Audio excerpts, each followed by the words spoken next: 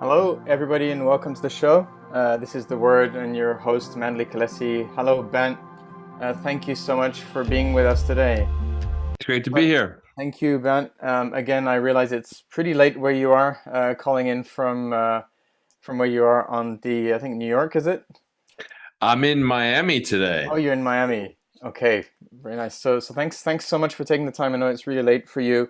I wanted to definitely introduce you to the show. I'm super thrilled that you're able to make the time to speak with us today. So let me just introduce our listeners to you. So today we are thrilled to have Bant Breen, the founder and chairman of Qnary. And so Qnary is an executive reputation management and talent branding solutions company. Global company, I understand, and now with operations in the US as well as APAC. So, first question. Well, first of all, welcome to the show.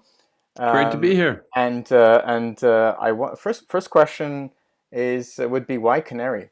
I know that you started out with you're a WPP fellow. You were at IPG, Universal McCann, and then 10, 11 years ago, suddenly Qnary. So. Talk me a little bit through like why you decided to embark on the journey in Qnary. Oh man, there's so many ways to answer this question. It's probably a million reasons, but there's a couple kind of key ones, I suppose. One is, the majority of my career has been in digital advertising and marketing, kind of in the forefront of marketing. And what I think that I found was there was kind of a hole that existed in terms of delivering a solution that was helping executives optimize their own online presence. And as I realized there was this kind of hole in the marketplace, I worked to fill that, and that really became Qnary. So you mentioned there's a hole in the market. What was the disconnect that you saw? Yeah, it's apologies. Let me kind of answer that a little bit more thoroughly. So, I was managing one of IPG's firms, their firm that focuses on kind of paid search and social media called Reprise. And what I found was very large Fortune 500 companies were spending literally millions, if not tens of millions, sometimes even more than that, in terms of optimizing their online presence for the brand.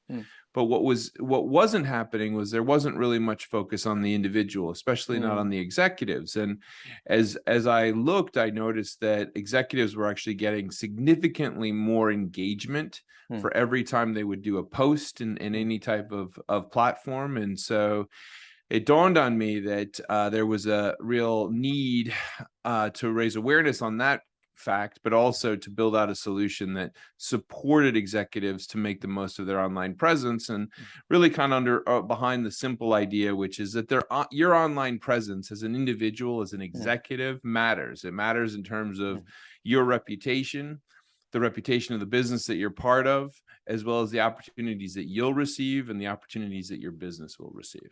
mm. So does that mean like every executive now has to, on top of all the stuff they're doing in their day job, on top of that, they have to have their social presence, online presence.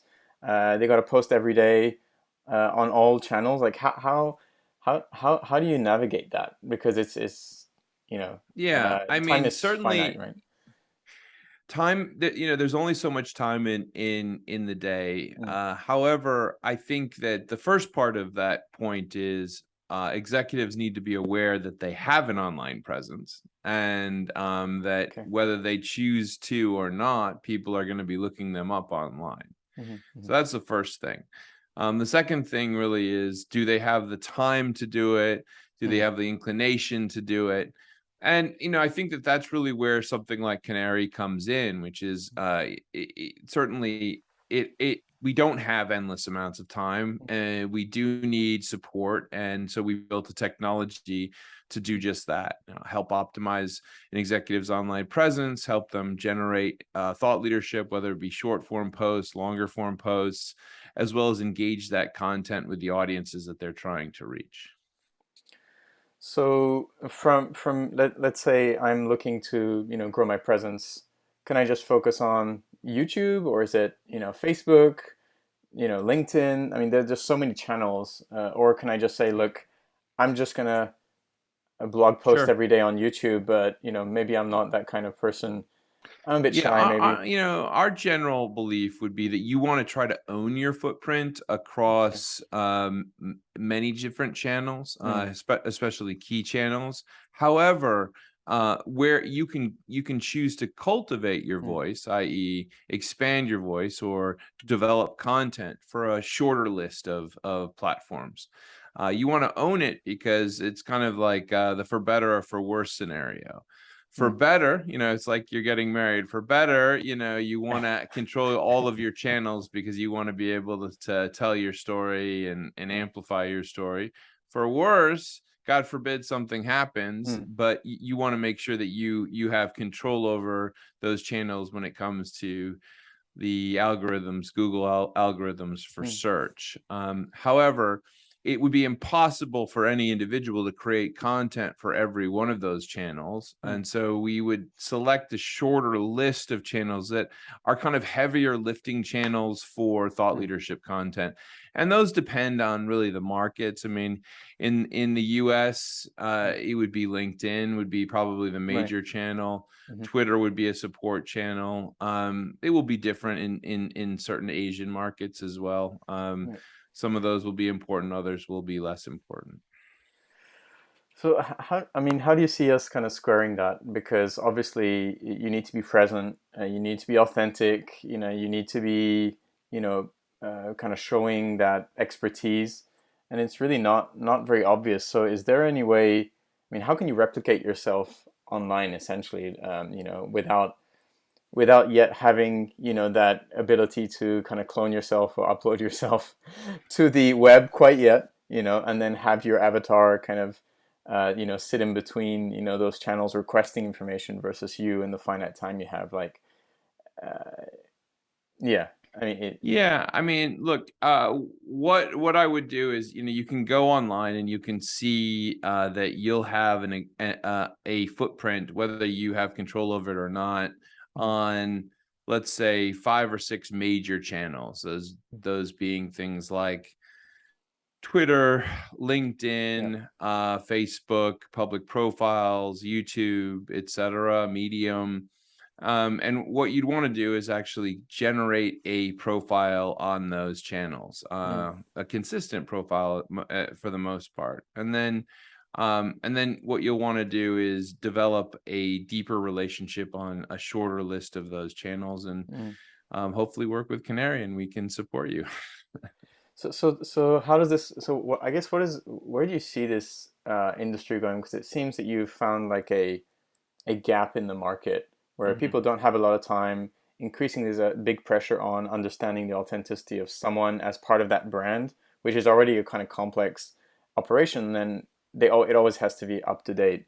So let's kind of fast forward, let's say 10 years. We're in the year 2032. Okay. Hmm. And I know you've been running, Qnary for 10 years, so you can kind of look back 10 years. So maybe looking forward 10 years, like Hmm. what is this, what do you see, what do you see changing, and what do you see, staying the same like 10 years Hmm. hence from now in your area? Sure. So I think there's a couple ways to answer that. The first thing is really to think about what we deliver, which Mm, is, you know, the simple premise of the company, or the thesis of the mm, company, would be your online presence. Everyone has an online mm, presence, and it matters, right? right. That could be extrapolated in 10 years time Mm, to be everyone has a Web3 presence, and that matters, or everyone has a right. Meta presence, and Yeah. that matters, right? Yeah. I would argue that owning your identity Mm, will continue to be, a time will be a timeless need. mm, If anything, it will perhaps stretch far out of, I would say probably, where like today we would have developed Qnary as like a Web 2.5 company, somewhere in right. there. Okay. We use we're very advanced in terms of how we use machine learning and elements such as that. But in terms of stepping into kind of like the metaverse, that would Mm, be the next phase. mm, And as that becomes more of a a credible business environment, mm. then one would imagine that Qnary would support that area as well. So artificial life basically drawing on your traits and your identity, acting as a go-between, something you could Sure. see in So 10 years time? the beauty of things like blockchain today is that Mm, it's supposed to kind of use kind of a ledger-based technology mm, verify transactions mostly, mm, but and essentially provide some form of certification or mm, identity, mm. in that process. Yeah. And so one could imagine that, we would play in that world, in that world of, at least from an executive thought leadership perspective. So just kind of carrying that thought a little bit more, like if is there any way we could tie this into some other like trends that are ongoing? You mentioned the metaverse.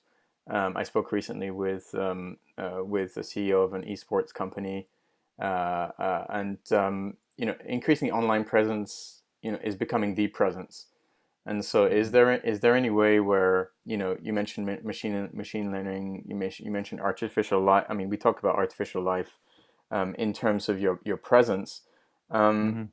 is there a way that, for example, like what Mark Zuckerberg is doing with the metaverse is currently not doing so well? Apparently, I thought there was, at last count, I thought I read an article. There's like 38 people in metaverse, and most of them probably the staff building it, which I think was a bit of a harsh one because I know a lot of companies are building for metaverse. I mean, the big brands as well.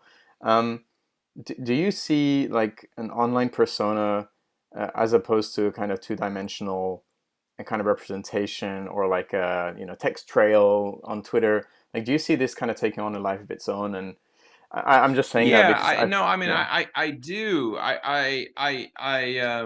I think perhaps the dilemma for someone like Zuckerberg is not that he was wrong Mm, in outlining where he envisions things going. mm, I think perhaps he was wrong in kind of providing so much imagery of mm, exactly what it was going to be mm, like, mm, as well as perhaps outlining as if it was here, mm, as if we mm, were already there. There are so many issues related to jumping into the era of the metaverse. Most notably, from my perspective, is that we just don't have consistent levels of bandwidth around the world mm, that would allow kind of for free flowing data and mm, information at that volume to support those types of environments. That's really kind of, I would say, the biggest one to date. The experience is pretty horrendous with Mm, lag, you know, right. and so one can imagine that that will get resolved over Mm, mm, time. mm, Um, and I think that the other thing is one has to find a way that participating in the metaverse is less of an escapist format mm, and mm, more of an immersive experiential mm, format, mm, or somehow making people's lives easier, mm, more valuable, and instead of one which is right now really an entertainment focused thing, mm, mm, games, um, mm, but it doesn't necessarily make your life easier. mm, I would say that we don't realize we're moving to the metaverse, but we mm, are. The mm, reality is that this hybrid world that we've all become part of during the, mm. the age of COVID has Yeah. already placed us all in our little pods at home. Yep. And Here we are. we're one step away from really kind of trying to coat that in a new way as Mm, being part of a new world. I mean, mm, it's just, I think we're in slight deniability, but the reality that we're not going to offices anymore is because mm, the experience of reality is so horrible, mm. i.e. commuting to an office, working in an Yeah. office is Yeah. so horrendous to us. Then why wouldn't we believe that people would want to live in a better environment if it Mm. could be provided for them? Yeah, I saw an interesting statistic that I think it was on Twitter that the new leases in the US are like going down, down, down. Like since COVID, like everyone said we're going to go back to the office, and the at least the new leases apparently is not going that way. I mean, obviously with the new Yeah, it's inflation pretty environment. Yeah. hard. I mean, Mm, I think the reality is that commercial real estate, there's a desire by some companies mm, to have their teams return to the office and mm, kind of function in a kind of a pre-pandemic format. mm, I know very few companies that have succeeded in mm. doing that, Right. or even finding a way to justify doing it Mm, that mm, way. mm, mm, Um, I know my company that the efficiency levels, the effectiveness mm. levels, the innovations levels did not drop. Right. The diversity that we were able to bring to our workforce Yeah. improved dramatically when we were able to Yeah. recruit for Totally. outside of just kind of certain kind of geographic areas, Mm, right? And so I think that um, it's people that were coders, programmers, mm, were working in a virtual way well before the pandemic. I think that the pandemic brought perhaps more white collar workers into the mix, digital workers into the mix, mhm, and now what we find is really the only physical work is people that work in either factories or hospitals or mm, places where you really need fundamental kind of engineering and tools to perform your job. mm, But any knowledge workers, any information workers, even retail workers, it's mm. really hard to Yeah. justify it. Yeah. And I mean, it's it's so noticeable.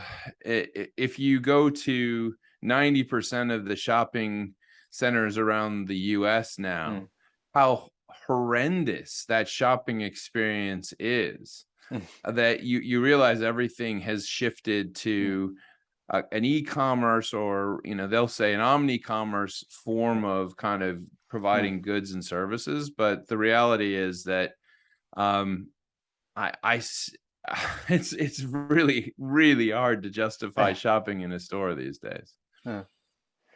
Well, look. Let's take that thought, and I do wanted to ask a little bit about your journey into entrepreneurship because we talked a lot about virtual and digital, but Mhm. starting up a company, there's a lot of nuts and bolts that don't happen online, and I know that I think I also saw some quite a lot of noise on Twitter about founders trying to raise in this environment, and it's just very, very difficult. It's brutal. One person said. So I wanted to kind of ask you to kind of go back in time a little bit to the early days of Qnary back in, was it 2011, 2012?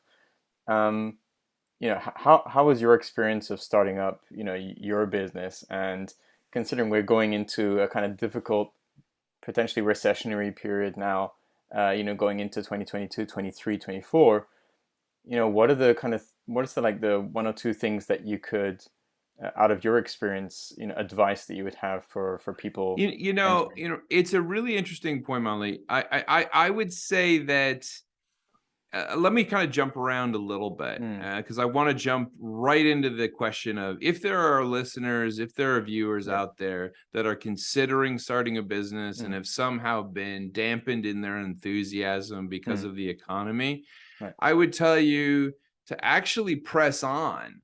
People Huh. that companies, early stage investment will continue to happen quite openly. In fact, I don't see that slowing down Oh, dramatically. really? Okay. Um, Mm, because people because if you're making an investment now, you're really not expecting it to pay out for 2 to 3 years, mm, and at least pushing to the next round of investment. mm, So early stage investment we're seeing happen. I mean, mm, perhaps it's maybe not as generous. Perhaps you have to be a little bit more cautious in right. terms of what you're raising, but there's money to be had for ideas and Mm, for concepts. I don't think, at least right now in the US, I don't think anyone would believe that this is going to be the new status quo at this stage. People do believe that there's going to be a dip, and then then mm, then hopefully we'll shoot out of it mm, in some form or fashion.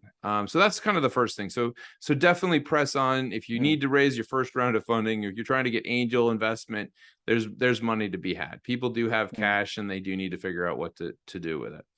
Um, the second question is really kind of what my experience was with raising money early on. And, I think a couple of things need to be highlighted, which mm. is my experience was perhaps a bit different than others. I didn't start Qnary until I was 40 years old. Okay. I was uh, I was a very well-known executive in the advertising and marketing Hmm. world.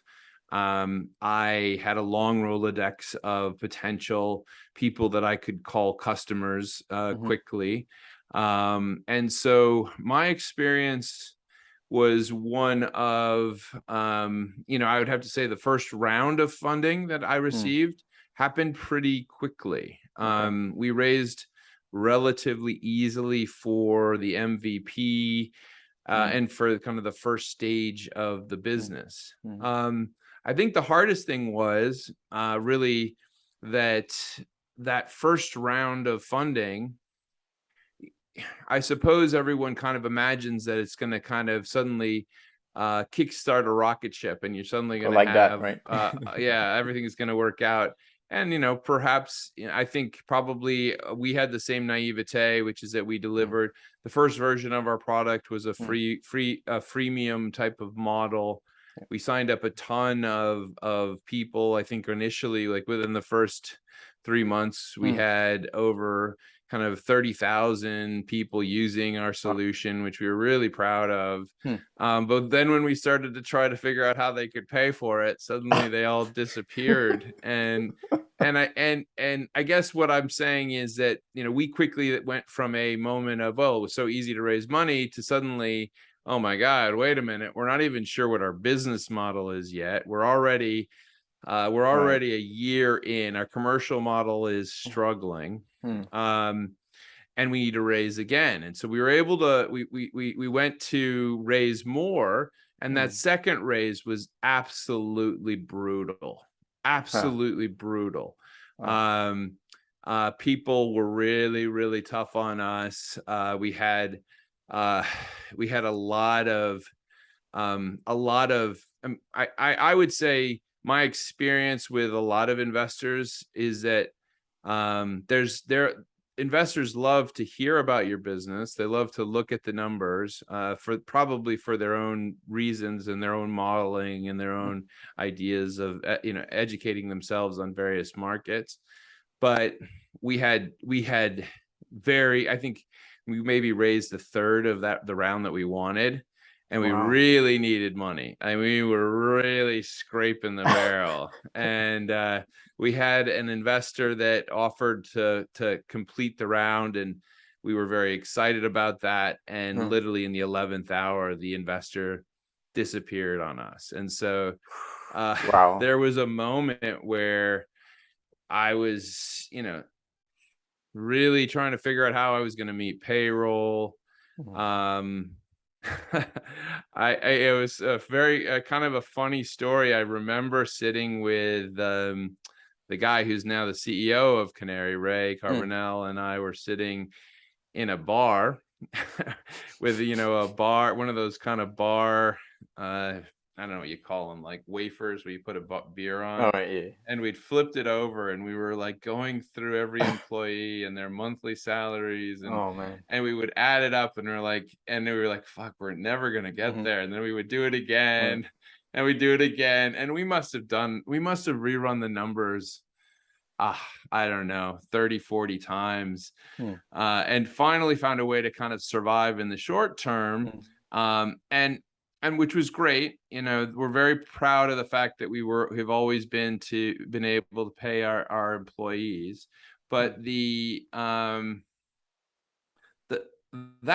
experience really changed a lot for me. Whether it was good or bad, the idea that an investor was essentially had done all the due diligence, had essentially kind of given us an email version of, yes, I'm in, this is going to happen. Asked us for wiring information, literally like everything, and then suddenly they could walk away. Was kind of like, never again am I going to be in a situation where my whole universe is dependent on the whims of some rich guy, and whether he feels like doing something on a day or not, and so that experience really made us think about our business model aggressively, and how we build something that was sustainable, for us.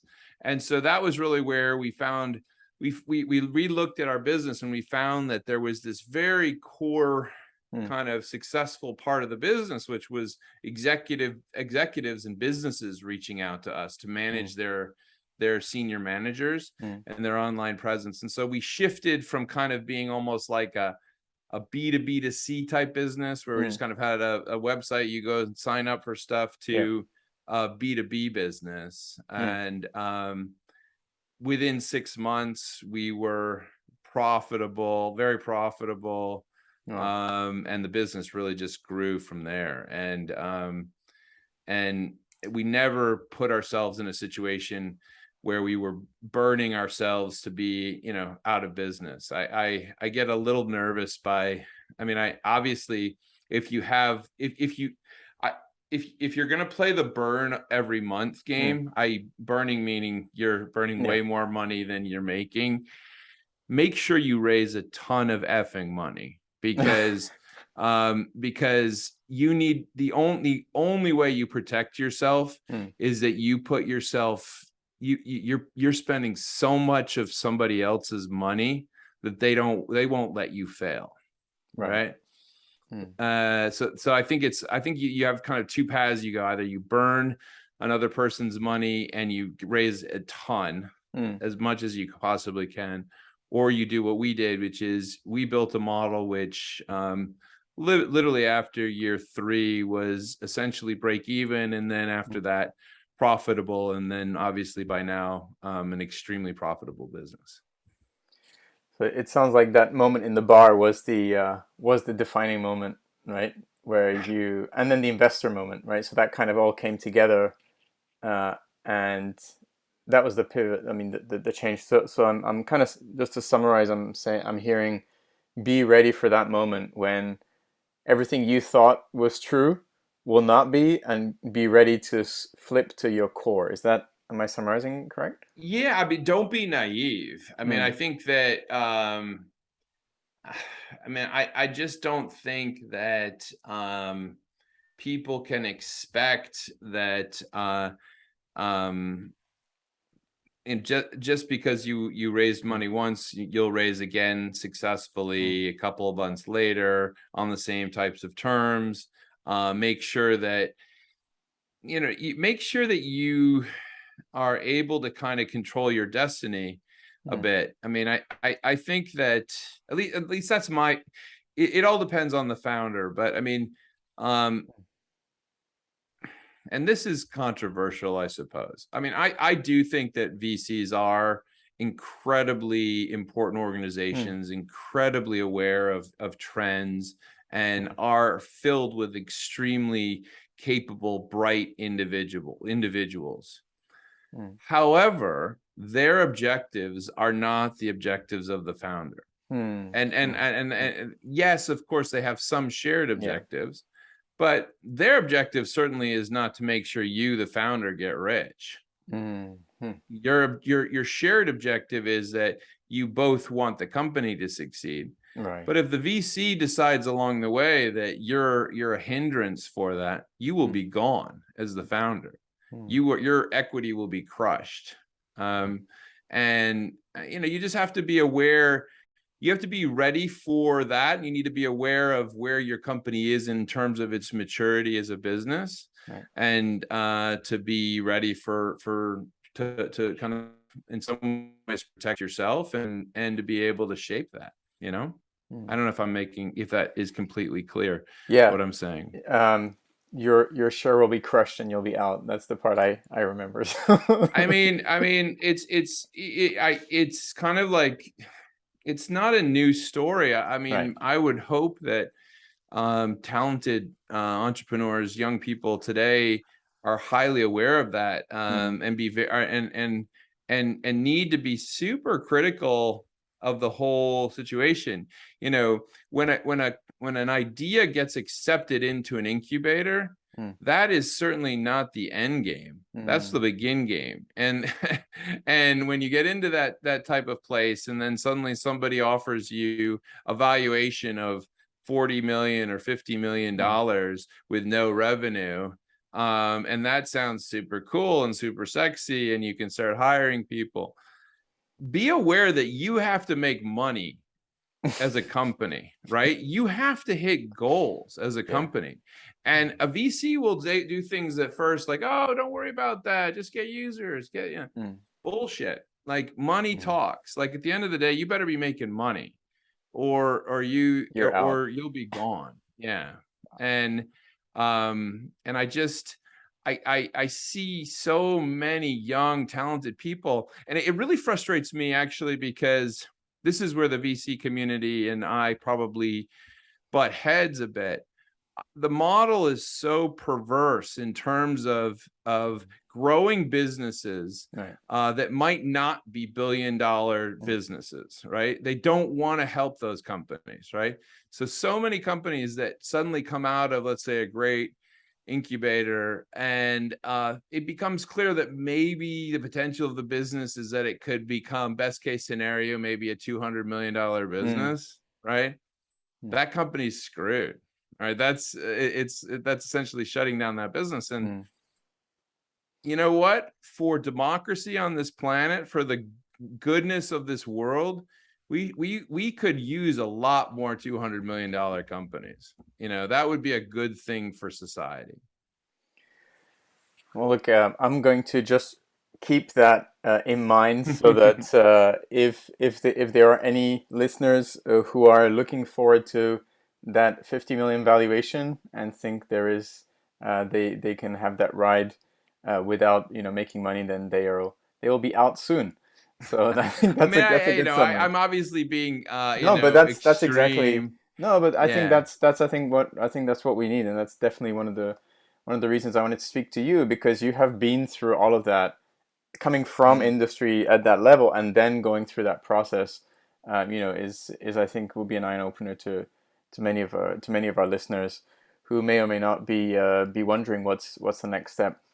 We're up against time, so I did want to thank you so much for your time.